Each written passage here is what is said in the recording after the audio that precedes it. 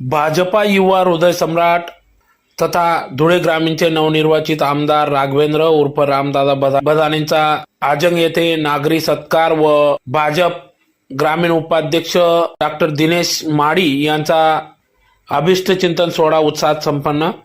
दिनांक 13 जानेवारी 2025 रोजी सायंकाळी 7 वाजता धुळे तालुक्यातील आजंग या ठिकाणी भारतीय जनता पक्ष आजंग शाखा व आजंग ग्रामस्थ यांच्या वतीने या ठिकाणी नवनिर्वाचित आमदार तथा भाजपा युवा हृदय सम्राट धुळे ग्रामीणचे आमदार राघवेंद्र उर्फ रामदादा बदाने यांचं पहिल्यांदाच आजंग गावात भव्य नागरी सत्कार कार्यक्रम ठेवण्यात आला।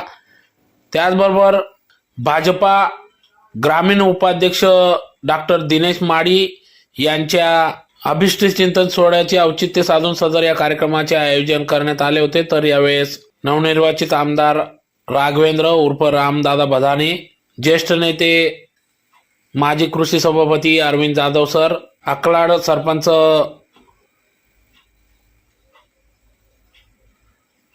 अजय शेठ, भाजपचे नेते माजी उपसभापती सकाराम पाटील, माजी उपसभापती विद्याधर पाटील सुडके, आर के बापू नेर, माजी सरपंच शंकर खलाने, अनिल गवडी, धुळे तालुक्यातील मुक्टी गटातील सर्वच आजी माजी पदाधिकारी, सरपंच, उपसरपंच, ग्रामपंचायत सदस्य, सामाजिक कार्यकर्ते यांच्या उपस्थितीत सदर नागरी सत्कार सोहळा या ठिकाणी पार पडला। तर यावेळेस आमदार राघवेंद्र बदाने यांनी सत्काराला उत्तर देत सांगितले की सदर जनतेने मला मोठ्या मताधिक्याने निवडून दिल्याने हा आशीर्वाद मला दिला असून त्याचे उपकार मी कधी विसरणार नाही व त्याचबरोबर शेतकऱ्यांसाठी मी अहोरात्र या ठिकाणी विविध योजना आणणार असल्याचे देखील त्यांनी सांगितले। तर तत्कालीन आमदारांनी विकासाकडे लक्ष न देता भाजप पदाधिकाऱ्यांवर गुन्हे दाखल करण्याचा सपाटा लावला होता।